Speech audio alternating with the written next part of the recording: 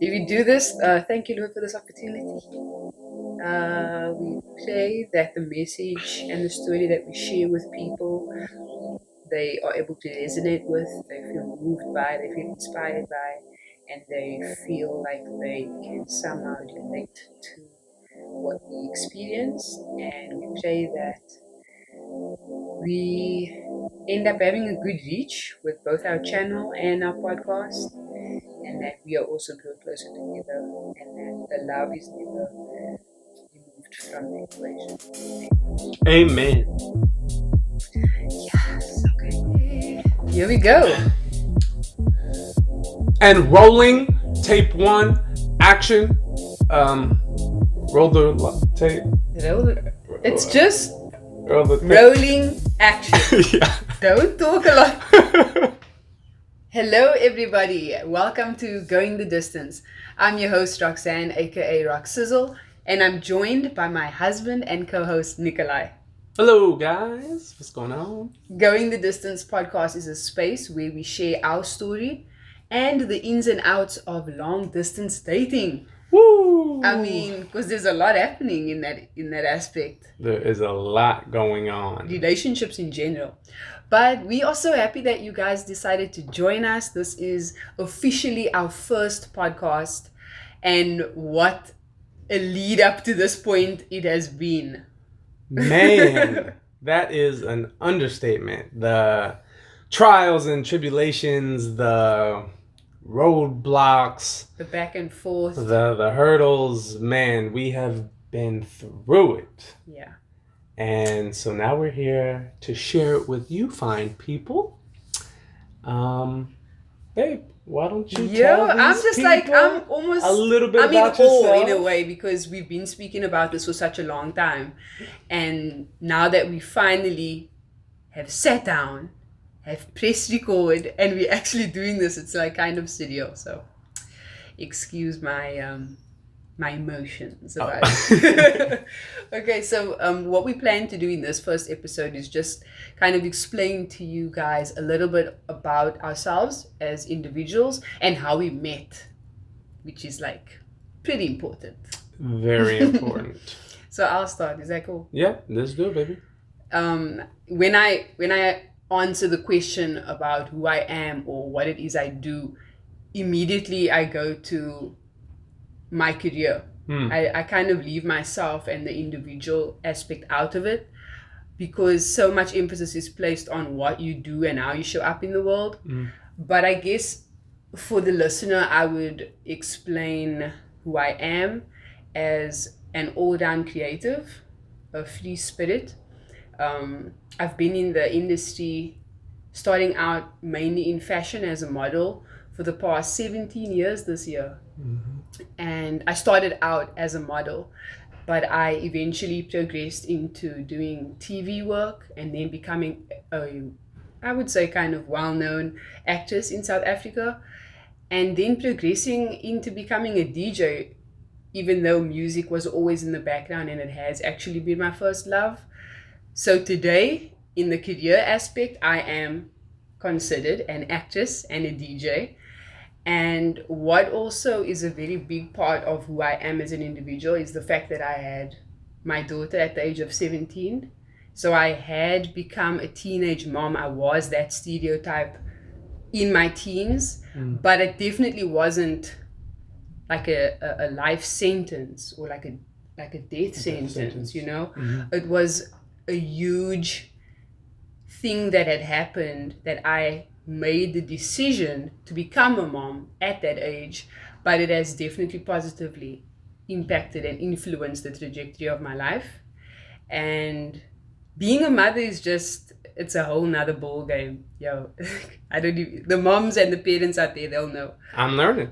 You're learning. I'm learning. And aside from being a mom and being a creative, what I really enjoy is being with my family, music, being in nature, at the beach specifically, and just being able to connect with like-minded people, as well as connect other like-minded people to each other, whether I'm able to get something out of it or absolutely not at all. But yeah, that's who I am in a nutshell.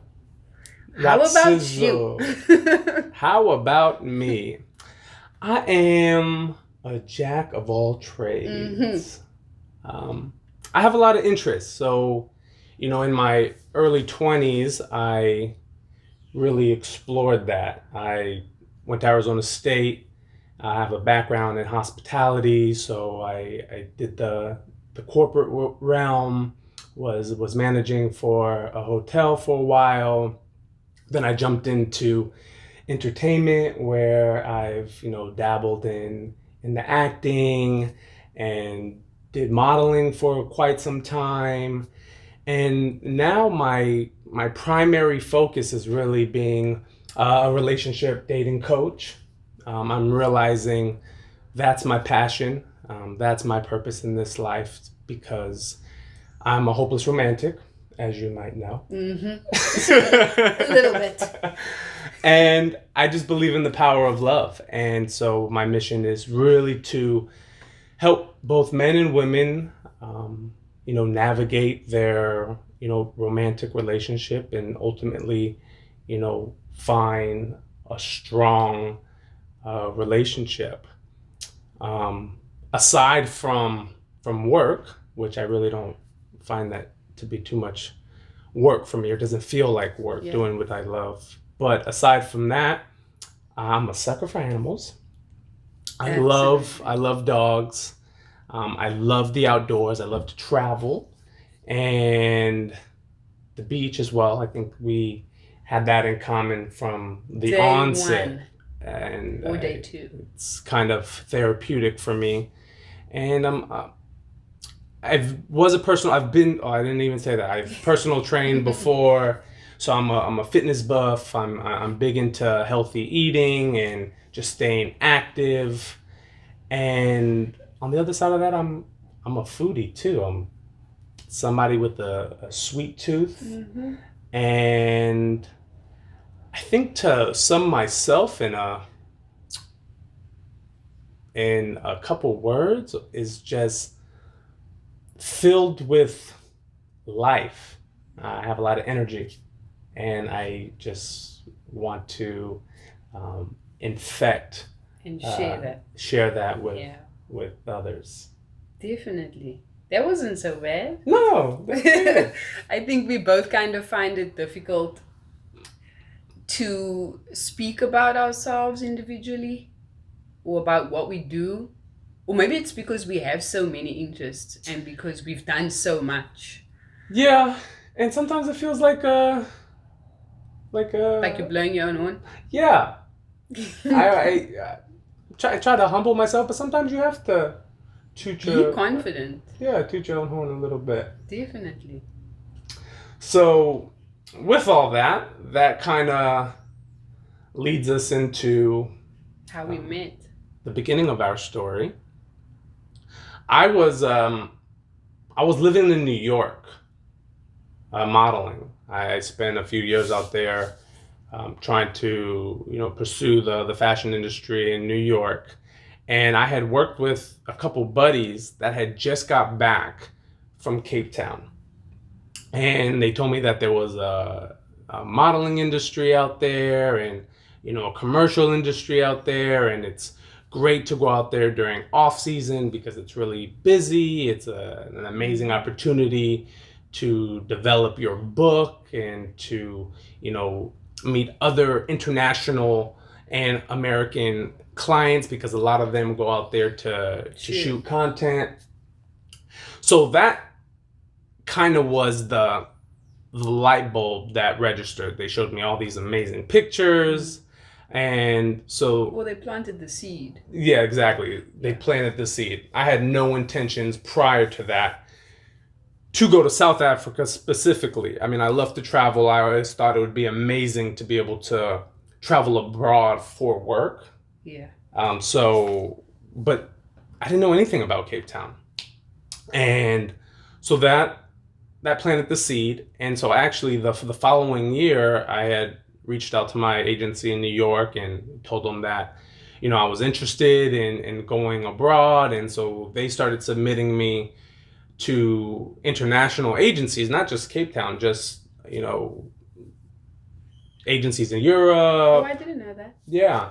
And so an agency in Cape Town took a liking to me, showed some interest, and they told me that I had an opportunity to go out there. So I jumped on that immediately. Like how? What was the time frame from the time that they told you, listen, there's this agency in Cape Town that's interested in signing you, to you deciding, okay, let me get my affairs in order? The crazy thing is, it all came together last minute. Very last minute. Like, I had reached out to the agency and I told them that I wanted to travel. But when they told me that the agency wanted me and that they gave me a date of when I would want to go, I remember contemplating right after New Year. I was contemplating if I was going to go or not. And so this is January. Yeah. So right after New Year in January, I'm contemplating. The agency had sorted out my work visa. And so I started submitting the documents, and I had some issues with the consulate. And so I kind of left it up to fate. I was like, if this comes through, I'll go. But if it doesn't? But if it doesn't, then, it wasn't meant to be. So my work permit came in probably within a matter of weeks. It must have 5 days. See? Before leaving. So when I say last minute, it was last minute. It was about 5 days before actually leaving. I got the clearance and I was like, man, I guess I'm doing this. So I packed my bags and I flew out to Cape Town.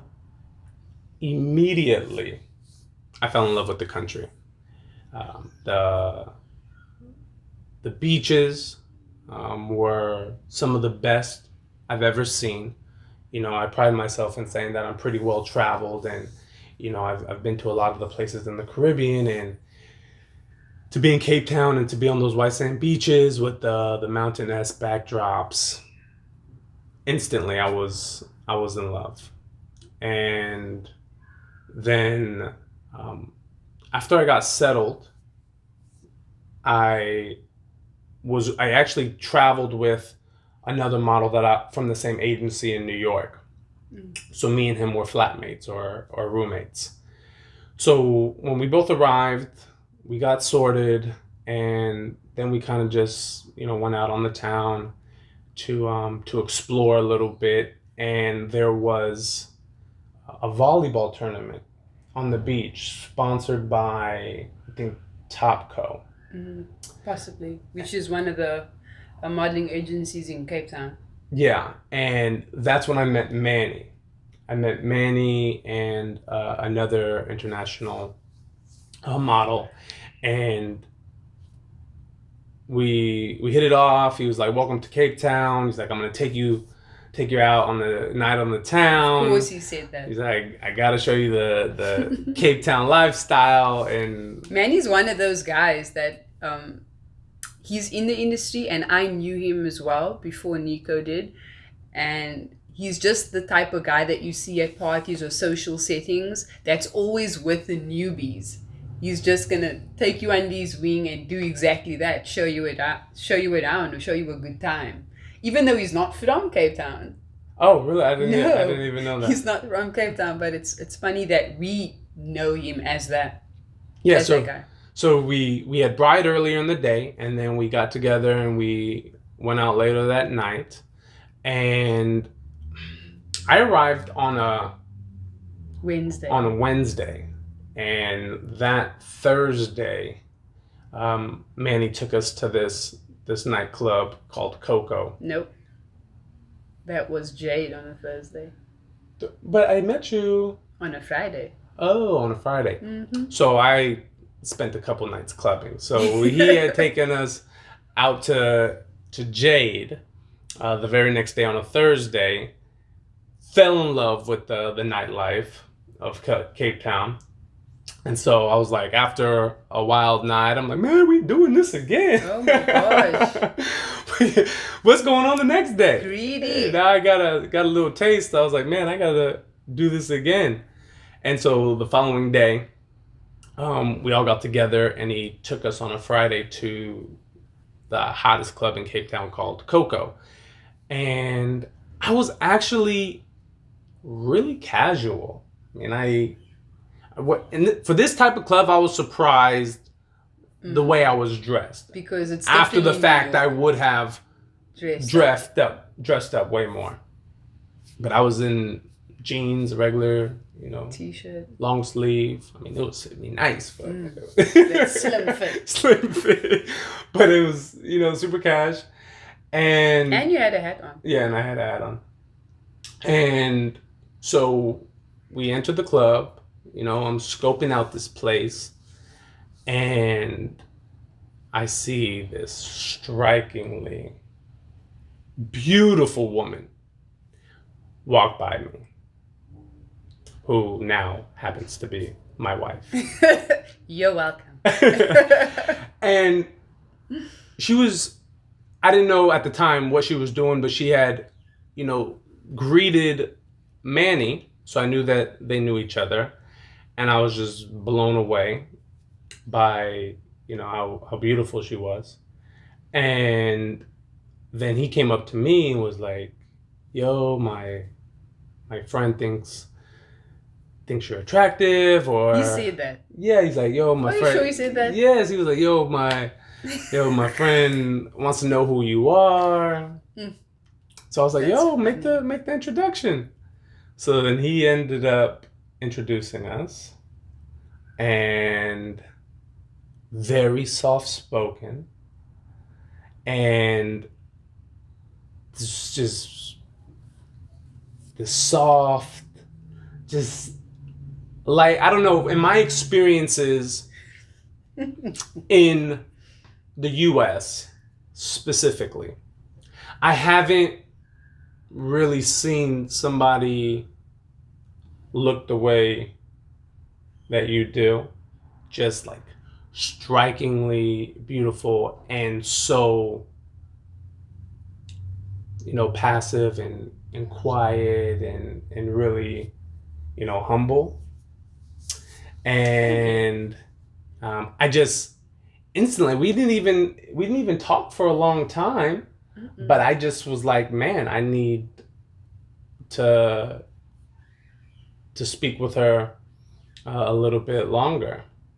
And so I asked for your number. To which I replied? She was working. So now the ball was dropped. I found out that she was working at the club, and I pulled an old school move. I was like, man. Okay. I was like, write it on a napkin, right? You did say that. I said, get a pen, write it on a napkin. And didn't I say no first? Yeah, because you said no. Yeah, you said no because you were working. Mm-hmm. And so eventually, you made a couple rounds. I started to see you keep making your rounds. I know them peoples. Gotta say hello. Back to me. So I think my persistence, I was like, come on, like, I'm only here for a couple months. I did the gambit. I'm only here a couple months. You gotta show me around, maybe. Show me around. You may have said that. I want to get to know the city a little bit more. Get to know you a little bit more. And so finally, she was like, all right, give me your phone. I'll give you my number.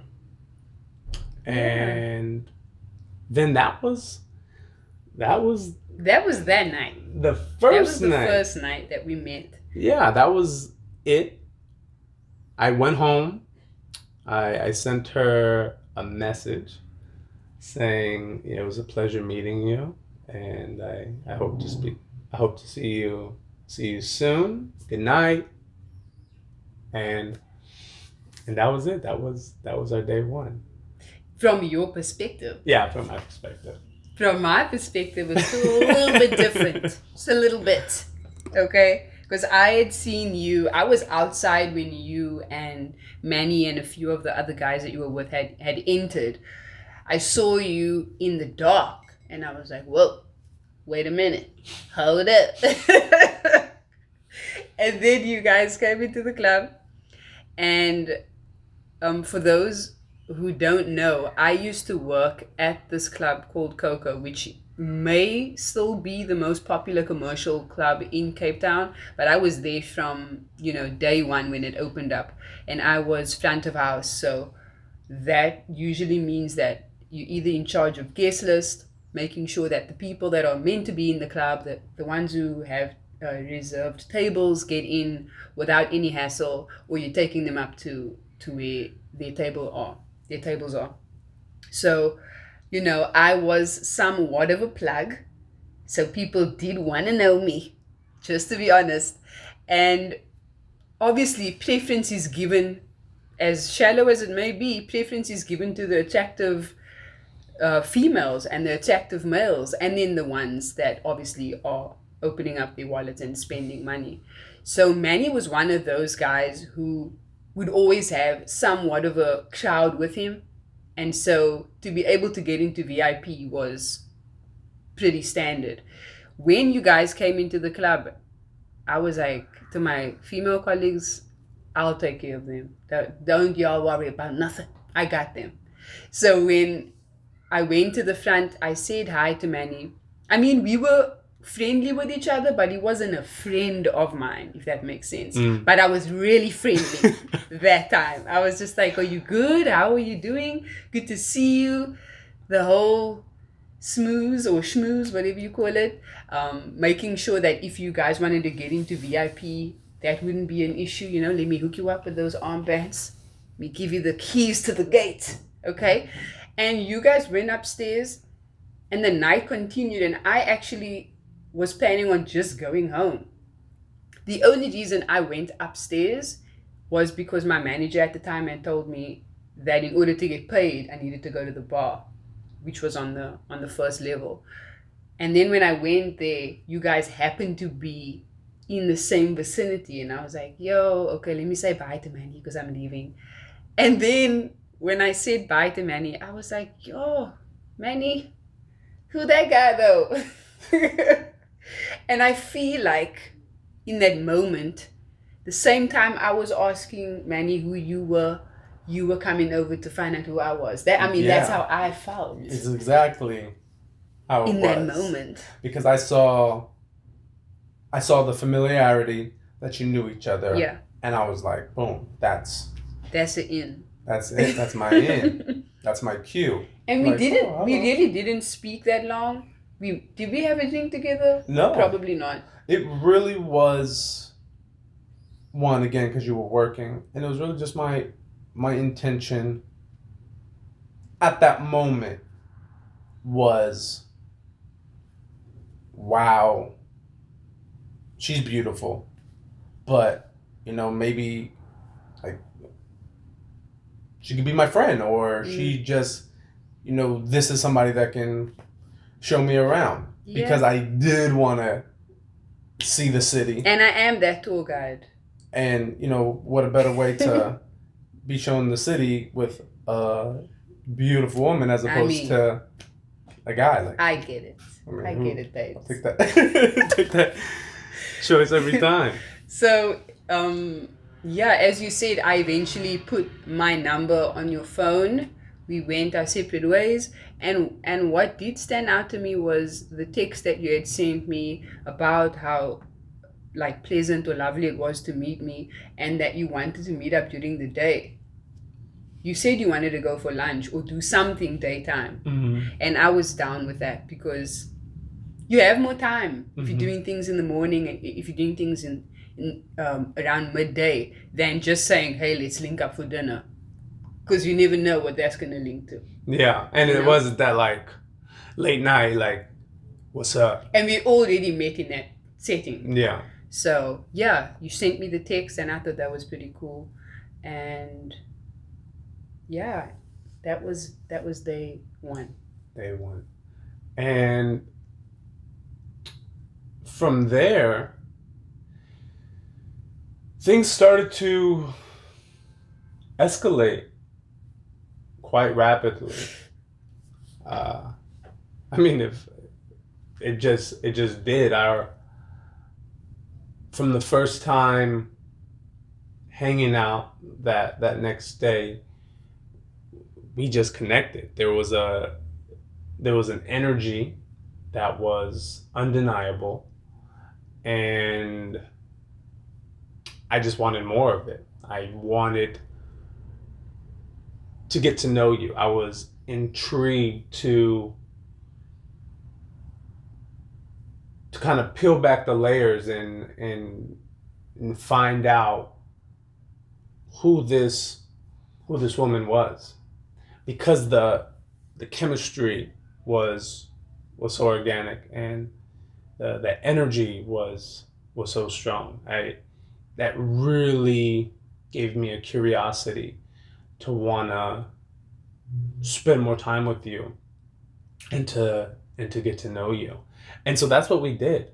That 2 months that I was in Cape Town, we really spent almost every day together,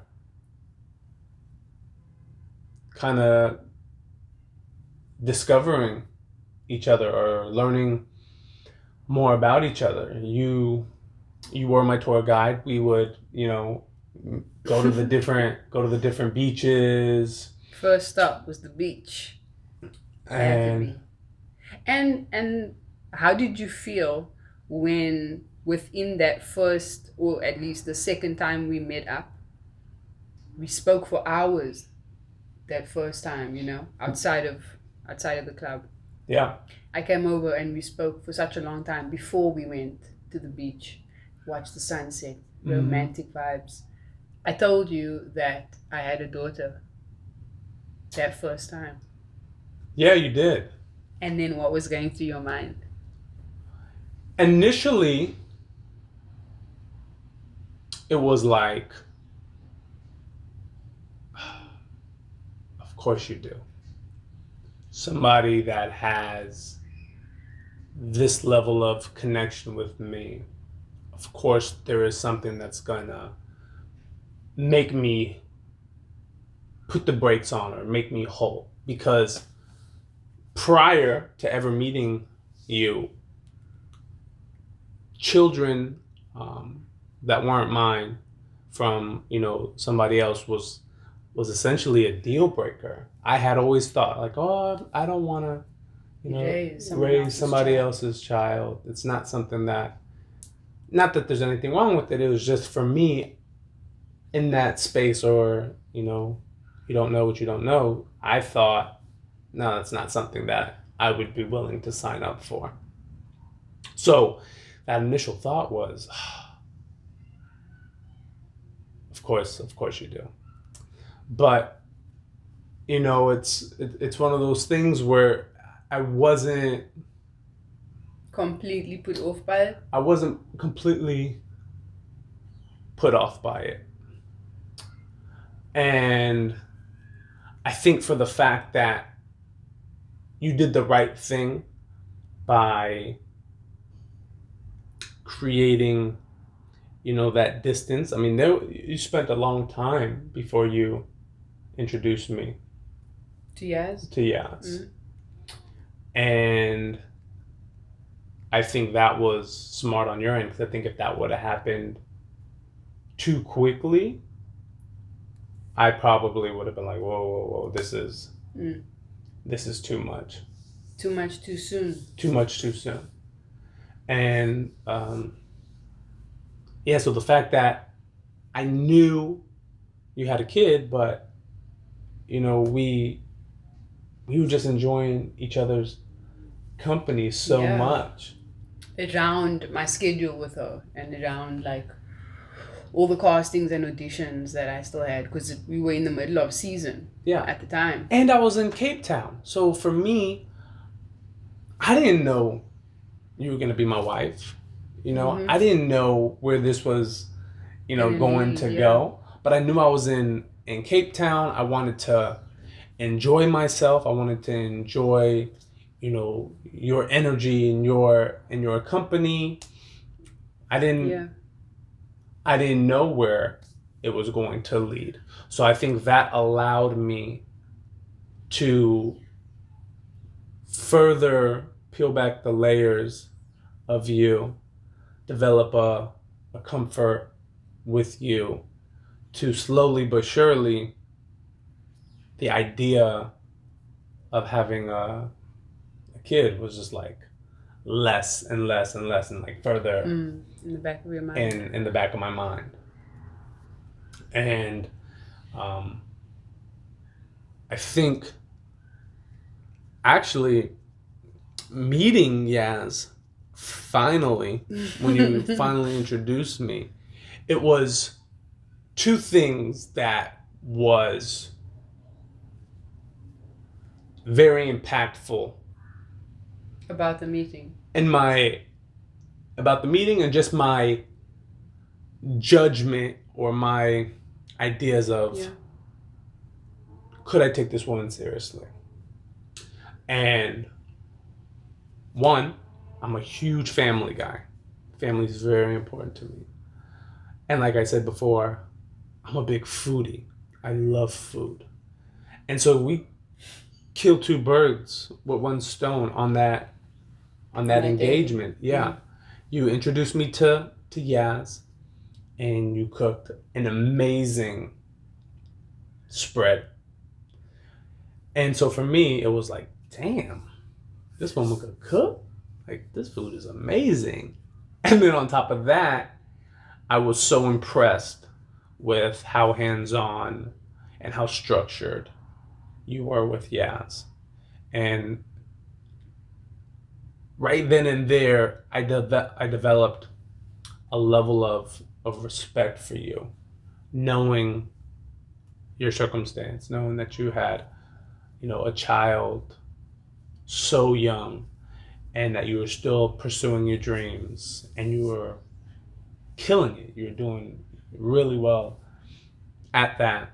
It just, to me, my level of respect for you, which for me, I don't hold that very lightly, and it takes time for me to, develop that respect for somebody. It was expedited. Just seeing how you were as a mother and the things that you were doing was amazing. Yeah. Even that entire time that you were there, because it was about was it 2 full months or just over? 2 months exactly. So the first time Nikolai was in Cape Town was a 2-month stint during modeling season. And as he said, we spent as much time together as we possibly could, because when you're that intrigued and interested and you start becoming invested in who this person is, there's no amount of time that's too much. So what I also ended up doing was inviting Nikolai to my grandfather's 70th birthday. It was his birthday. I think it was his 70th birthday. And it was something that he was not expecting in terms of the size of the gathering. I come from a pretty big family, and very much a big extended family too. My core family, as in like my mom, my grandmother, my sister, stepdad, etc., had left Cape Town. They were no longer living in Cape Town. So my extended family, or like my dad's side of the family, I was spending a lot more time with them. And it's a big family with many cousins and second cousins and third cousins and the whole shebang.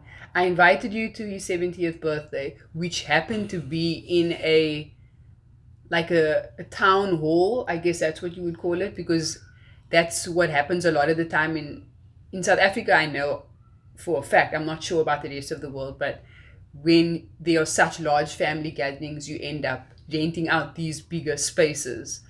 And you must have thought that it was going to be what, like a house party or something? Yeah, just a little house party. I was not prepared for that experience. And mind you, and again, me not meeting, a South African in my past, culturally, I didn't know, the routine. I didn't know the norms. And my mom's Puerto Rican. My dad's family's from the islands. I come from exactly that. Big family gatherings, a lot of food, everybody's hugging and kissing, getting along. Affectionate. So I probably impressed her with the level of comfort that I had with that many people. I just was taken aback because I just wasn't anticipating that. It was over 100 people. Oh, for sure. It was in a banquet hall. And my dad taught me well. She was like, "Oh, do you want to go to?" I think I invited myself. She was like, "Oh, me and Yaz are going to my grandfather's, birthday." And I just wanted to show. There's two things I wanted to show that I was interested. I always wanted to show interest, that it was beyond just the fun stuff of and just exploration or just the two of us. Early on I wanted to show that there was a level of investment. And so prior to this party, she had told me that she was going to church. And I was like, "Oh, I would like to go to church with you." And she was just like, "Oh, yeah, wow." That really? was a pretty big moment, I feel like, because that was before even going with me to the party. That was very early on. Mm-hmm. And you had asked me what I was doing that Sunday, and I said I was going to church, and you asked if you could join me. And for me, that was maybe a light bulb moment, or like a moment where you look up and you're like, "God, is that you?" Because previously I would always be the one to initiate going to church in past relationships, or kind of enforcing that. So for you to be open to it and to ask if you could go with, and to find out that you were Catholic, which is how I was raised, was I placed a lot of importance on that. Yeah. And then so that was one. That was the first time where I was like, okay, let me show a level of investing, or just show another level of interest. And then the second was this family gathering. I wanted to show, one, I've always felt comfortable around my friend's family, or meeting somebody new in, a family setting. It was the way I was raised. So I always felt comfortable in that setting. And she was like, "Oh, I'm going to my grandfather's party." And I was like, "Oh, you mind if I join? Or I'd like to come if, you'll let me come." She's like, "Yeah, for sure." And so my dad taught me well. I was like, "Oh, let me get a bottle of wine to bring. I don't like going empty-handed." And so we stopped at the store. We got a bottle of wine. So in my mind, I just got a little bottle of wine. It's like a little house party, nothing extravagant. And we show up to this banquet hall, and I'm just like, "Oh my, this is a party." Yep. But I think I nailed the test. How was everybody with you? Everybody was. They received you. They received me so well. And that was, a testament to me of, I felt like home to me. I think that's why we've always just meshed, and things just on our personal life happen so seamlessly and just so easy, because it just always felt so natural and so much like home. And the way your cousins and your grandfather, my grandmother, your grandmother, they just, a lot of family. Everybody took to me. And so after that huge party, I felt like in that one moment, I felt like I was a member of the family. Because after that, I started getting invited over to the house.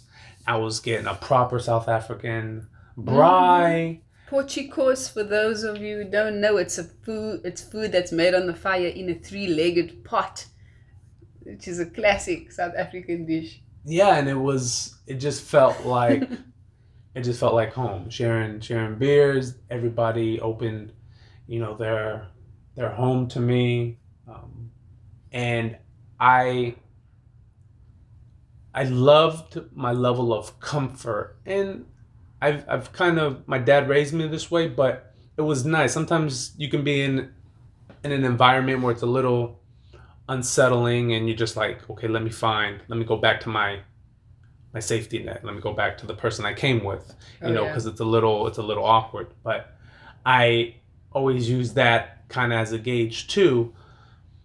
The fact that I was able to just enjoy the company of your uncle and your aunts, and to talk about America And and the they were just so things interested. that they see on the So interested. media, And loved your accent. Because I mean, yeah. and then their accent changed. I'm just like Yeah, just to be able to spend yeah. time with them and not even think to like, oh, I need to find you. I just felt comfortable without you being around. That's the type of warmth that they brought me into. I'm glad that you felt that way, because for me, I also enjoy the comfort of knowing that you're good, but also being okay with you knowing that you'll be fine and doing my own thing. I didn't want to always babysit.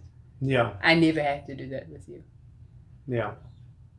And you've probably been in a relationship where you felt like you needed to stay close by or close proximity to the person that you were seeing, yeah, in order to make them feel. Yeah, unfortunately, yeah, it's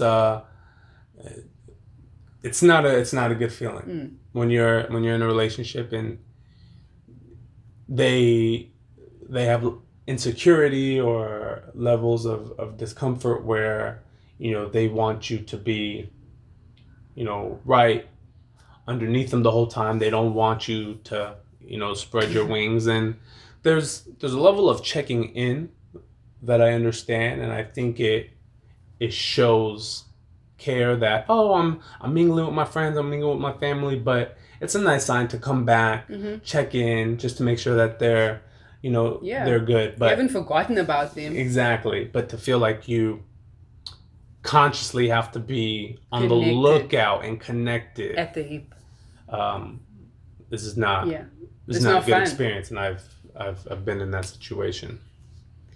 So after spending all that time together, meeting my family, meeting Yasmin, it was nearing the time that you needed to say goodbye and start packing up. Yeah. And at least preparing for your departure from Cape Town back to the States. Yeah, I think had 2 weeks, maybe 2.5 weeks left, and you invited me over for dinner, and man, when I tell you that the the world dropped before my eyes, just into the sunken place. You invited me over for dinner, and when I got there, it was just me and you, and it was something just different. The energy was different. I knew immediately from the moment I walked in.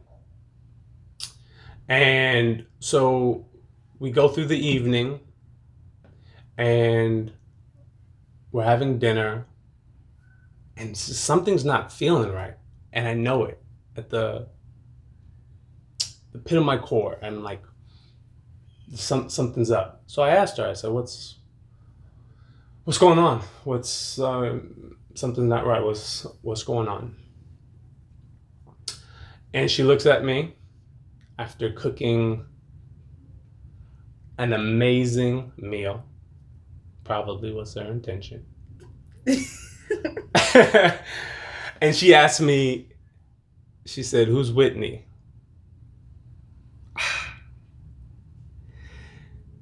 And for a quick second,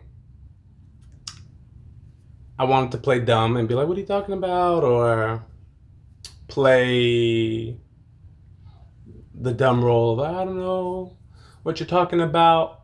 But I took the high road, if that's even would even be considered the high road. But I decided, let me come clean. Let me just keep it real. And fellas, do not do this. It's not the right thing to do. Get your shit together, and I don't know how else to say it. Know what you want, man. Like, if you're dating somebody and you're uncertain, and there are uncertainties, they need to be addressed, and it can't be dragged out. And just to kind of give you guys an idea, I was dating somebody in the States, and I had my own uncertainties about the relationship. But I was in a place in my life where I wanted to start settling down. I wanted to, find a companion in somebody that I thought would be a good mother and a good wife. And, I was doing it all wrong. And so I was in this relationship because on paper, she checked all the boxes. She was a great woman. The checklist of things that I wanted, she possessed. But there just was something missing. The chemistry wasn't there, and I was fighting it. I would talk to my sister and second guess myself and say maybe once I moved to California, because I was in New York, she was in California, and I said maybe when I moved to California, the chemistry would change. And deep down inside, I knew it wasn't. And so when I had the opportunity to come to Cape Town, she actually wanted to come with me. She was gonna buy a ticket to come to Cape Town. That would have been awkward. That would have been really. Just kidding. And I told her no. I was like, no, this is a journey. This is an experience that I want to do on my own. And ladies, if you're listening, big red flag. If somebody that you're in a relationship doesn't want you to, experience a journey with you, and you're not taking away from like work opportunities or things that he can do, and he just his only reason is he wants to do it by himself. He's in a very selfish place in his life, and two, he's not valuing you the way you should be, and he's not, as much as you may think it's serious, he's not putting a level of serious to it. That's just a little side note. So she wanted to come, and I said no. I want to do this, go on my own. It's something I want to experience on my own. So fast forward to this bomb drop, and she's like, who's with me? And I said, look. And I just threw out all my cards right there, right then. And I'm just like, look, you have to understand something. I came out here, yes, I was in a relationship. I came out here with zero intentions of meeting somebody like you. And through this time here, I found myself falling for you. And yes, I could have called Whitney and broke up with her over the phone and said, hey, look, it's just not working. I met somebody here. But out of respect for her, I thought I owed her at least in person conversation, something more than just, a phone call. And with Roxy, my biggest thing I was trying to make her understand is that she wasn't a holiday fling. She wasn't a holiday fling, or she wasn't a side chick. Like, I had no, after having this experience with Roxy, I had no intentions of going back to the States and resuming a relationship with this other woman. And so that was my primary focus, was to help Roxy realize that wasn't my intention. And she wasn't having it. And she said,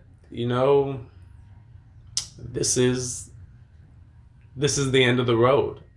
And as difficult as that was for me, I just also felt like she deserved more and I deserved more.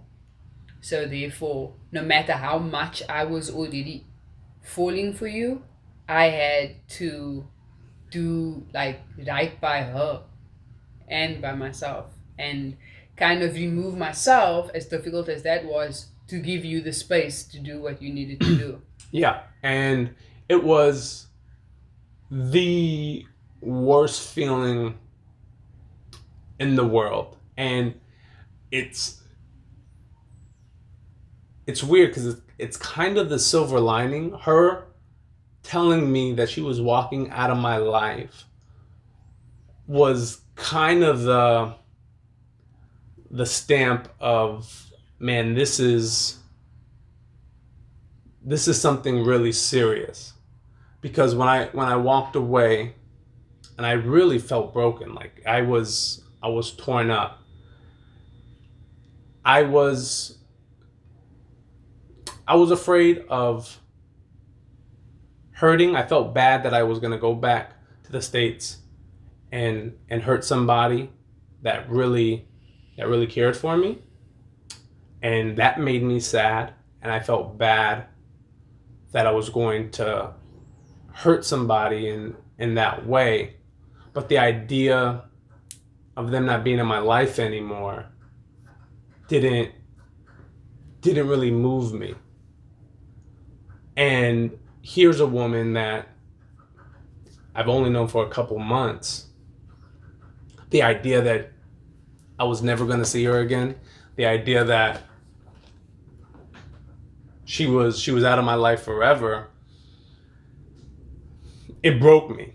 It really broke me. And so that last 2.5 weeks, I put on my salesman.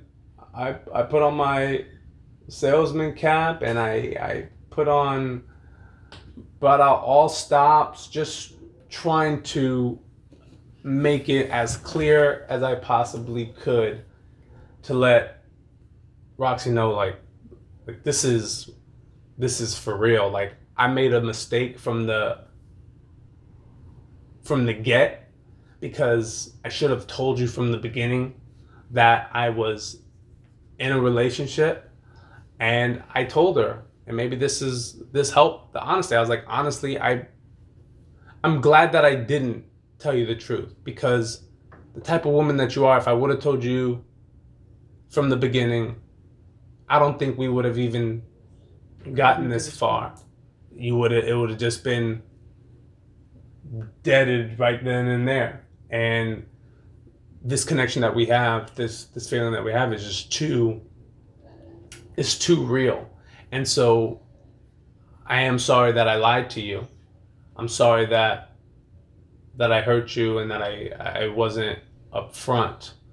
But I'm not sorry that we've got to feel and experience what we've had in this short period of time.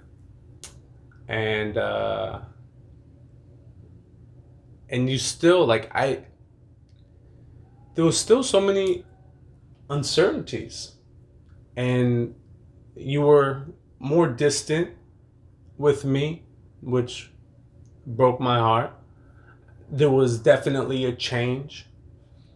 I could see you putting kind of a roadblock up. And then when it was time for me to leave, and you took me to the airport,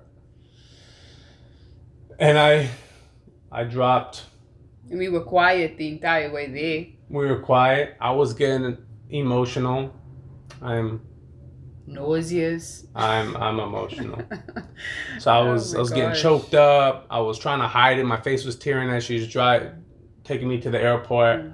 And when we're saying bye, I dropped the L word. I said, look, I don't know what's going to happen after this, but I just want you to know that I love you and I want to try. And we can make this work. And we can make this work. Oh, Lord.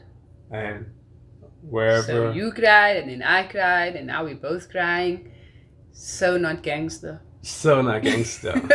But that was really the start of us building something so special.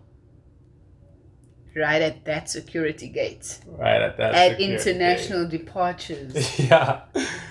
Wow. So guys, that is Act 1. Act 1. So play. I hope you enjoyed our story. I'm telling you, we have so much more to go. Thank you all for tuning in. We hope you enjoyed this episode of Going the Distance. Yeah. If you're connected with our story in any way, go ahead and share, download, and add it to your playlists and, all that fun stuff.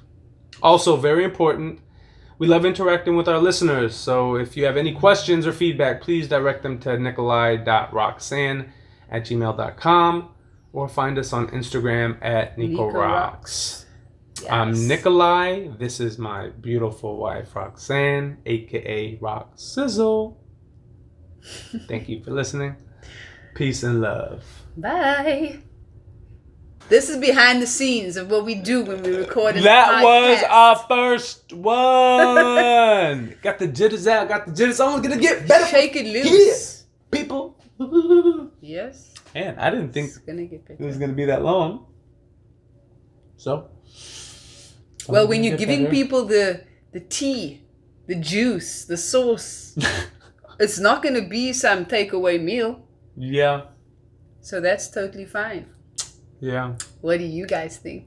Did you enjoy it? I'm not sure if you had a chance to listen to this episode on Anchor or Spotify.